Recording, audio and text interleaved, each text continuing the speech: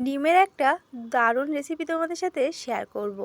তার আগেই দেখে নাও কত দারুণ লাগছে দেখতে, আর যেমন দেখতে হয়েছিল তেমন কিন্তু খেতেও দারুণ হয়েছিল। তো সহজ এবং সিম্পলভাবে আর সহজ এবং সিম্পল রেসিপিগুলোই আমি তোমাদের সাথে শেয়ার করি। তাহলে চলো আজকের রেসিপিটা এখান থেকে শুরু করা যাক। নমস্কার বন্ধুরা, সুমিস ভিলেজ লাইভে আমি সুমি সবার সাথে আছি। আমি এখানে কিন্তু 5টা মতো ডিম ভেঙে নিয়েছি। তো একটা বাটিতে ডিমগুলো আমি নিয়ে নিয়েছি। যদি ফ্রিজে থাকে তাহলে ডিমগুলো কিন্তু আগে থেকে একটু বের করে রাখতে হবে। তারপর ডিমের গাগুলো যখন জল ঝরে যাবে তারপরে কিন্তু এভাবে একটা বাটিতে নিয়ে নিতে হবে। আর তারপর এখানে সামান্য লবণ আর হলুদটা আর সামান্য ঝালের গুঁড়োটা মিশিয়ে দিতে হবে। তাতে একটু ঝাল ঝাল, একটু লবণ আর হলুদটা তো কালারের জন্য, সব কিছু দিয়ে ভালো করে কিন্তু ফেটিয়ে নিতে হবে। একদমই কিন্তু ভালো করে ফেটিয়ে নিতে হবে। আমি যেহেতু গুঁড়ো মশলা দিয়েছি সেজন্য কিন্তু খুব ভালো করে এর সাথে মিশে যায় না। তো তবুও ভালো করে মিশিয়ে নিতে হবে। তাতে ঝালের যে ফ্লেভারটা এই ডিমের মধ্যে চলে যাবে, লবণটাও কিন্তু হবে, আর সাথে কালারের জন্য হলুদটাও কিন্তু ঠিকঠাক মতো হয়ে যাবে। তো এখানে যদি হলুদটা না ব্যবহার করতে চাও, পরবর্তীতে যখন ভাজবো তখন কিন্তু ব্যবহার করতে পারো। যাই হোক, এবার চলো একটা টিফিন বক্সে আমি সামান্য সরিষার তেল ভালো করে লাগিয়ে নিচ্ছি। এই বক্সের মধ্য দিয়েই কিন্তু আমি ডিমগুলো ভাপিয়ে নেব। তো সেজন্য আমি বক্সের গাটা ভালো করে তেলটা ব্রাশ করে দিচ্ছি, যাতে করে পরবর্তীতে ডিমের এই ভাপানো ডিমটা একদম কেক আকারে উঠে আসে। তো তার জন্যই কিন্তু এই ব্যবস্থা করছি। তোমরাও কিন্তু ঠিক এমন করেই একটা টিফিন বক্স নেবে, আর তার গায়ে কিন্তু এরকম সরিষার তেল লাগিয়ে তারপর ওই ডিমের গুঁড়াটা ঢেলে দিতে হবে। আর এবার দেখো, ঢাকনাটা কিন্তু আমি বক্সের ঢাকনাটা আমি লাগিয়ে দিয়েছি। তো এবার কিছুটা জল আমি কড়াইতে ফুটিয়ে নিয়েছি। তো গরম জল, ফুটন্ত জলের মধ্যে এই একটা টিফিন বক্সটা দিয়ে দিয়েছি, আর উপর থেকে শক্ত কিছু ভারী কিছু দিয়ে চাপা দিতে হবে। তো আমি এখানে শিলে যে নোড়াটা হয়, আপনারা পুতা বা নোড়া যাই বলো না কেন, সেটা দিয়েই কিন্তু আমি এই চেপে দিয়েছি। তো এটা এরকমভাবে প্রায় 10 থেকে 15 মিনিট কিন্তু রেখে দিয়েছিলাম। আর তারপর দেখো আমি নিয়েছি, আর বাটিটা যখন ঠান্ডা হয়ে গিয়েছিল, নামিয়ে নেওয়ার পর তখন কিন্তু দেখো আমার এই ডিমটা একদম কেকের মতো করে সেদ্ধ হয়ে গিয়েছে। যদিও উপরে হালকা একটু নরম ছিল, তাতে কিন্তু কোনো সমস্যা হয়নি। তো তোমরা যদি চাও তো নরম থাকলে আরও কিছু সময় গরম জলে রেখে দিতে পারো।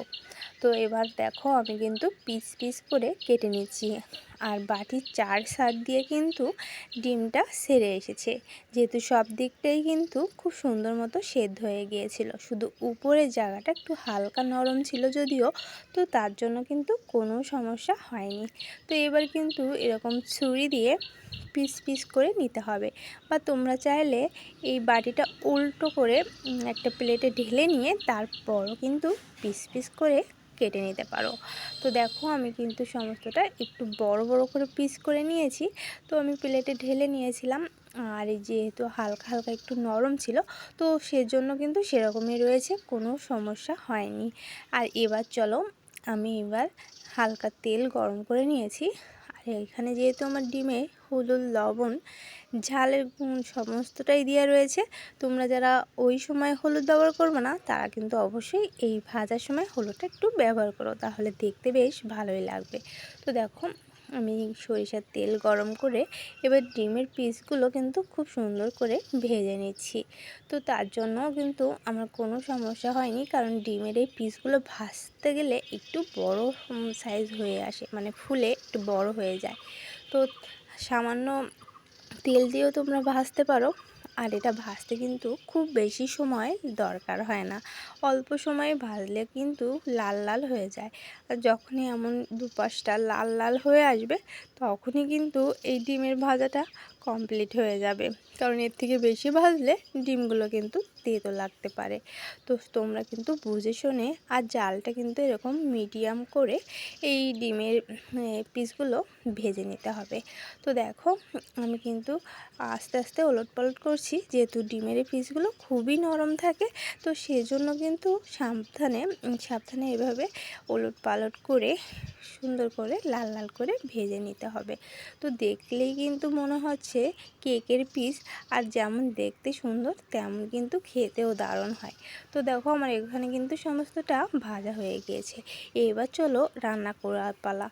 আমি তেল আরও কিছুটা দিয়ে নিয়েছিলাম, আবার সেই তেলে কিন্তু 2টা শুকনো ঝাল দিয়ে দিয়েছি ফোড়নের জন্য, আর সামান্য জিরে। আর এবার কিন্তু পেঁয়াজ, কুচি করা পেঁয়াজ আর দিয়ে দিয়েছি। আর এখানে দেখো পেঁয়াজগুলো কিন্তু একটু ভেজে নিতে হবে, লাল লাল করে ভেজে নিতে হবে। তারপর কিন্তু এখানে রসুন আর আদা বাটাটা দিয়ে দিয়েছি। রসুন আর আদা বাটাটার গন্ধটা যখন ছেড়ে যাবে তখন কিন্তু এখানে জিরে বাটাটা ব্যবহার করতে হবে। তো এগুলো যাতে সুন্দর করে ভাজা হয় তার জন্য কিন্তু আমি এখানে হলুদ গুঁড়ো, ঝালের গুঁড়ো কালারের জন্য দিয়ে দিয়েছি। তাতে করে ভাজাটা দ্রুতই হয়ে আসবে, আর দ্রুতই কিন্তু আমি এখানে মশলাটা কষিয়ে নিতে পারবো। তো সামান্য লবণও এখানে দিয়ে দিয়েছি। আর দেখো বাড়ির ঝালগুলো কিন্তু বেশ সুন্দর ঝাল, আর সেন্টটাও কিন্তু খুব সুন্দর। তো সেই ঝালটাও আমি এখানে দিয়ে দিলাম। তো মশলাটা খুব সুন্দর করে কষিয়ে নিতে হবে। তোমরা কিন্তু চাইলে এখানে আলু দিয়েও এই ডিমগুলো রান্না করতে পারো, বেশ ভালো লাগে। আমি এখানে আলুটা ব্যবহার না করেই কিন্তু রান্না করেছিলাম, তো খুবই ভালো লেগেছিল। এভাবে রান্না করে তোমরা রুটি পরোটার সাথেও কিন্তু খেতে পারো। আর বাঙালি আমরা সেহেতু ভাতটা তো মাস্ট, তো ভাতের সাথে খেতে তো ভারী ভালো লাগে। তো দেখো আমি মশলা কষানোর জন্য সামান্য জল কিন্তু এখানে ব্যবহার করেছিলাম। তো মশলাটা খুব সুন্দর যখন এরকম তেল ছেড়ে দিয়েছিল, তো সেই পর্যায়ে আমি ডিমগুলো ভেজে রেখেছিলাম সেগুলো কিন্তু এই মশলার সাথে দিয়ে একটু হালকা করে মিশিয়ে নিতে হবে। যেহেতু ডিমগুলো অনেকটাই নরম থাকে, তো তার জন্য কিন্তু সাবধানে মশলার সাথে ডিমগুলো মাখিয়ে নিতে হবে বা কষিয়ে নিতে হবে। আর যেহেতু মশলাটা এমনি কষে গিয়েছে, অতিরিক্ত নাড়াচাড়া না দিয়ে একটু ভালো করে হালকা করে নাড়িয়ে নিয়ে একটু গরম জল দিয়ে দিতে হবে। আমি তোমাদের সবসময় একটা কথা বলি, যারা আমার ভিডিও দেখো, যে কোনো তরকারিতে গরম জলটা ব্যবহার করলে তরকারির টেস্টটা কিন্তু দারুণ আসে। তো সেজন্য আমি কিন্তু সব তরকারিতেই প্রায় গরম জলটা ব্যবহার করে থাকি। এই পর্যায়ে দেখো আমি কিন্তু ঢেকে দিয়েছিলাম, আর গরম জলটা দেওয়ার জন্য খুব দ্রুতই কিন্তু আমার রান্নাটা হয়ে গিয়েছে। আর এবার কিন্তু গরম মশলা গুঁড়ো ছড়িয়ে দিয়েই নামিয়ে নিলে কিন্তু রেডি হয়ে যাবে আমার এই দুর্দান্ত স্বাদের ডিমের রেসিপি। তো এই রেসিপিটার নাম কিন্তু আমি কিছুই দেইনি, তোমরা চাইলে যে কোনো নামে বলতে পারো। তো যাই হোক, এই সহজ আর সিম্পল রেসিপিটা তোমাদের কাছে যদি ভালো লেগে থাকে অবশ্যই কিন্তু একটা লাইক আমাকে দিয়ে দিও।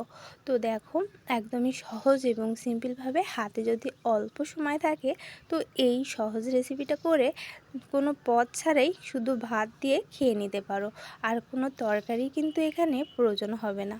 তো এর সাথে রেডি হয়ে গেল আমার এই ডিমের রেসিপিটা। কেমন লাগলো তোমাদের কাছে অবশ্যই কিন্তু বলো, আর একবার এভাবে বাড়িতে বানিয়ে খেয়ে তারপর কিন্তু আমাকে একটু বলে যেও যে কেমন লাগলো আজ এই ডিমের রেসিপিটা। যেমন দেখতে দুর্দান্ত হয়েছিল, তেমনই কিন্তু টেস্টি রেসিপিটা খুবই ভালো লাগে।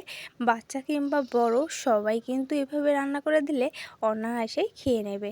আবার যাদের বাচ্চারা ডিম পছন্দ করে না, তাদের জন্য কিন্তু এভাবে ডিমের রেসিপি তৈরি করে বাচ্চাদের দিতে পারো, ওরা কিন্তু খুব ভালো করে খেয়ে নেবে। যাই হোক, ভালো থাকো, সুস্থ থাকো। পরবর্তী